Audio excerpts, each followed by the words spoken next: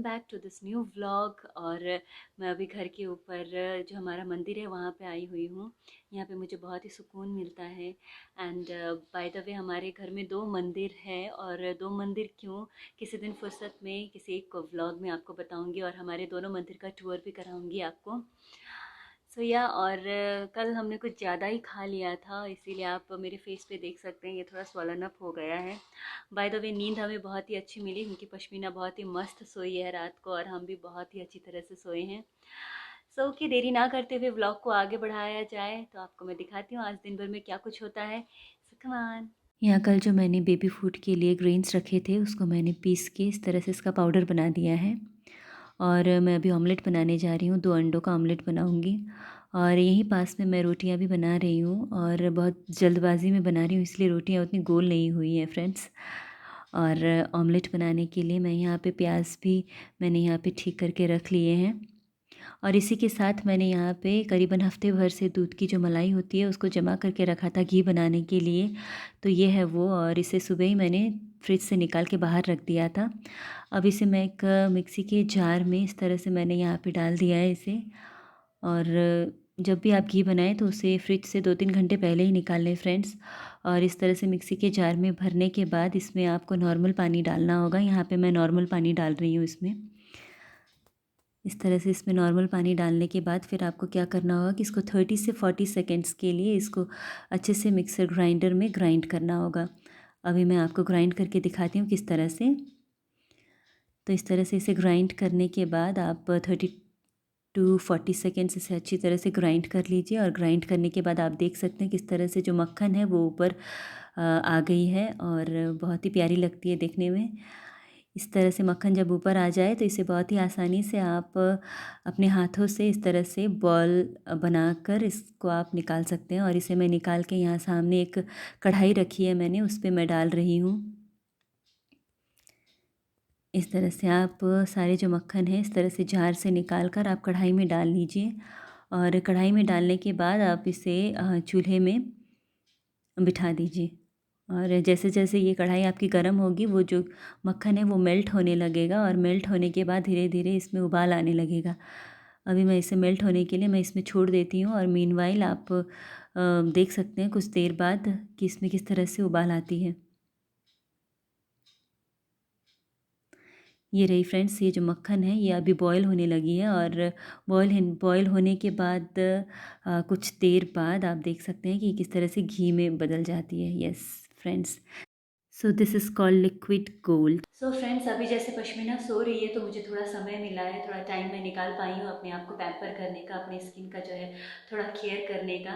तो जब भी मुझे ऐसा कुछ मतलब थोड़ा टाइम मिलता है तो मैं अपनी स्किन की कुछ घरेलू नुस्खे हैं मेरे, कुछ घरेलू उपाय हैं, उसके ज़रिए मैं अपनी स्किन की थोड़ी केयर कर लेती हूँ। अदरवाइज़ तो टाइम मैनेज करना इज़ वेरी लाइक इम्पॉसिबल।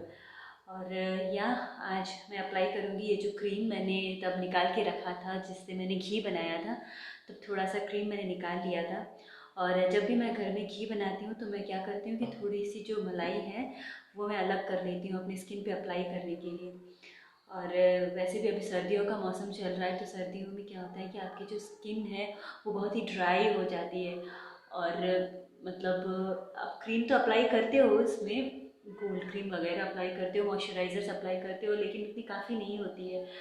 तो ये बहुत ही एक घरेलू और एक बहुत ही नेचुरल सा उपाय है। जब भी आप अपने घर में ऐसे घी बनाओ, अगर आपके घर में बनता हो तो, और इस तरह से जब मक्खन निकलता है उससे, तो आप उस मक्खन को अच्छे से अपनी स्किन पे इस तरह से पहले लगा लो।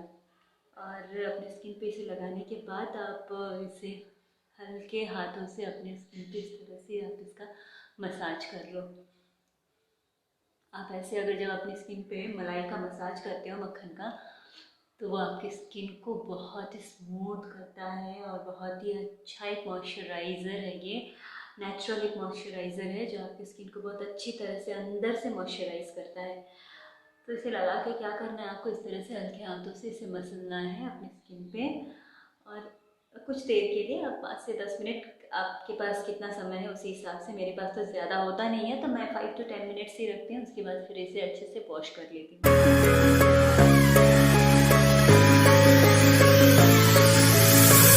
और ये क्या है ना, आपके पास अगर टाइम हो, आप मतलब अगर टाइम दे सकते हो तो इसका जो मसाज है आप अगर अपने फुल बॉडी पे भी करते हो ना तो बहुत ही अच्छा रहता है, बहुत ही बढ़िया रहता है। लेकिन अभी तो जैसे मेरे लिए टाइम निकाल पाना बहुत ही मुश्किल होता है, पहले मैं करती थी बट अभी पॉसिबल नहीं है। अभी फेस पे हो जाए बस यही काफ़ी है मेरे लिए, इतना ही बहुत है।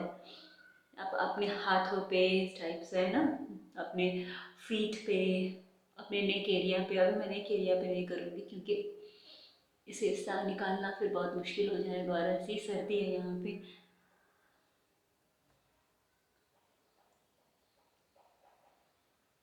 तो गाइस इस तरह से आप इसे ऐसे मसाज कीजिए। फेस पे ऐसे भी मसाज करना बहुत ही अच्छा होता है क्योंकि आपके फेस पे जो ब्लड सर्कुलेशन होना शुरू हो जाता है जिससे आपका जो चेहरा है वो बिल्कुल फ्रेश और बिल्कुल लाइवली सा हो जाता है।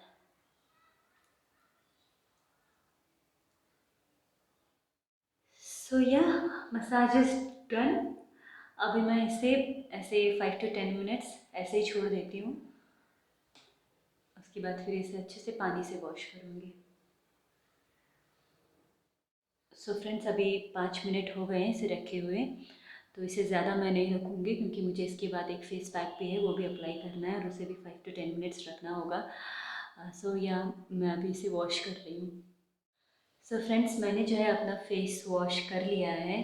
अब मैं अपने फेस पे अप्लाई करने जा रही हूँ एक फेस पैक। इसे अच्छी तरह से आपको ऐसे पोंछ लेना है। देन एक फेस पैक है जो मैं अप्लाई करने जा रही हूँ, ये है this one is that.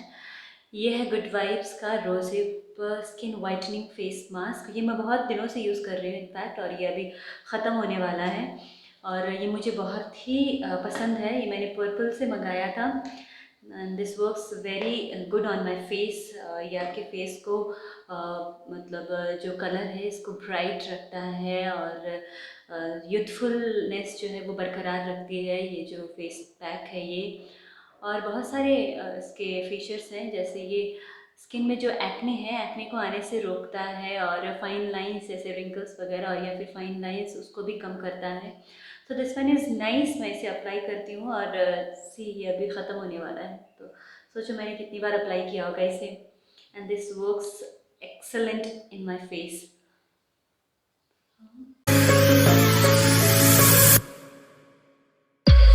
I love everything. Fire spreading all around my room. My world's so bright, it's hard to breathe, but that's alright.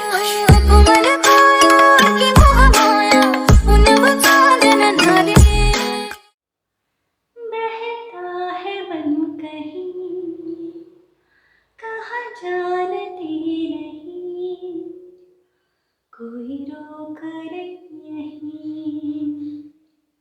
भागे रे मन कहीं आगे रे मन चला जाए, किधर जानो ना। भागे रे मन कहीं आगे रे मन चला जाने, किधर जानो ना। बहता है मन कहीं, कहाँ जानती नहीं। सो या friends I am done with this. मैंने लगा लिया है। आपको इस तरह से अपने जो आंखों के आसपास के एरियाज़ हैं इसे छोड़ के लगाना होगा इसे। सो या और जब भी मैं कुछ फेस पे पैक लगाती हूँ तो मुझे गाने का मन करता है बट नहीं अभी मुझे नहीं गाना है, अभी बोलना भी नहीं है इनफैक्ट, नहीं तो ये जो मुंह हिलेंगे सर ऐसा होगा तो उससे फिर रिंकल्स आ सकते हैं। So yeah and quite for 5 to 10 minutes and will meet you after that. 7-8 मिनट हो चुके हैं और मुझे इसे वॉश करना होगा क्योंकि पश्मीना के उठने का टाइम हो गया है। वैसे पूरा तो सूखा नहीं है बट स्टिल अब वॉश करना होगा मुझे। सो फ्रेंड्स वॉश कर लिया है मैंने अपने फेस को, तो अब बहुत ही फ्रेश फील कर रही हूँ मैं, बहुत ही अच्छा लग रहा है। ऐसा है ना दोस्तों, आपको अपने लिए एटलीस्ट हफ्ते में या फिर 15 डेज़ में एक बार अपने लिए आधा घंटा एटलीस्ट निकालना चाहिए। स्पेशली जो मदर्स हैं उनको अपने लिए ऐसे आधा घंटा थोड़ा निकालना चाहिए जिसमें वो अपने आप को इस तरह से पैम्पर कर सके, अपने आप को खुश रख सके और अपनी थोड़ी सी केयर कर सके। या सो नाउ अभी जाती हूँ। सो फ्रेंड्स, जैसे कि मैंने आफ्टर डिलीवरी हैवी वर्कआउट करना छोड़ दिया था और मेरे डॉक्टर ने मुझे 6 महीने तक हैवी वर्कआउट करने से मना किया था क्योंकि मेरा जो है सी सेक्शन हुआ था। सो 6 महीने के बाद मैं घर पे ही वर्कआउट करती थी और अभी जैसे टाइम मैनेज हो रहा है और मैं जिम जाने का सोच ही रही थी कि यहाँ पे लॉकडाउन लग गया, पार्शियल लॉकडाउन, और जिम वगैरह सारे बंद हो गए हैं। तो कुछ जिम के इक्विपमेंट है जो हमने घर पे ही मंगवा लिए हैं और उसी में मैं अभी हैवी वर्कआउट करती हूँ। तो आज भी मेरा कुछ सामान है जो आया है, मैं आपको दिखाती हूँ क्या है वो चीज़।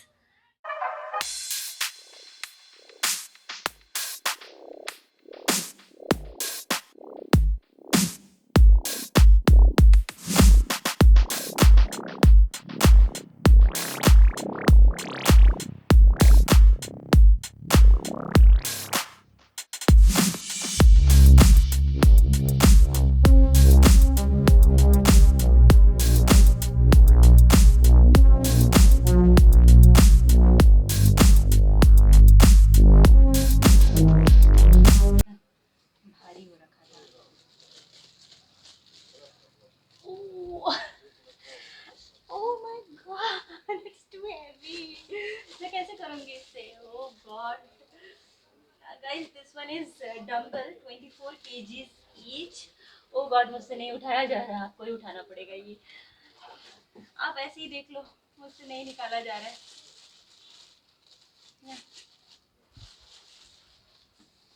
See, ये है लॉकडाउन की तैयारी। लॉकडाउन हो या ना हो, लेकिन घर पे अगर आपके पास ये सारे सामान होते हैं तो इजी रहता है। किसी दिन आपका मन नहीं करता है जिम जाने को, तो उस दिन आप घर पे ही वर्कआउट कर सकते हो। तो अच्छा बेबी, या बेबी, या तुमसे भी भारी है ये, 4 टाइम्स ज़्यादा भारी है ये तुमसे, समझा? जैसे कि मैंने कल के ब्लॉग में आपको बताया था कि घर पे कुछ भी सामान आता है तो मैं ही ज़्यादा क्यूरियस रहती हूँ उसे फाड़ के देखने में। तो ये एज़ यूजुअल आज भी इसे मैं ही देख रही हूँ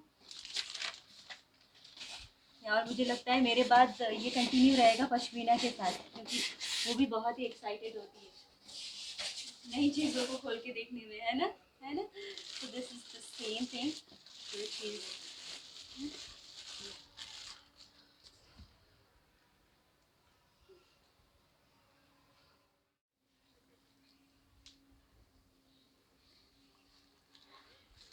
ओह my god, oh my god बाबू, नहीं हो पा रहा है मुझसे। मैं गिर जाऊंगी, मैं गिर जाऊंगी, मैं गिर। Oh my god, it's too heavy.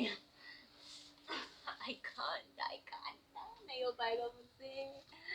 No. So this each dumbbell consists of 2.5 kgs to 24 kgs।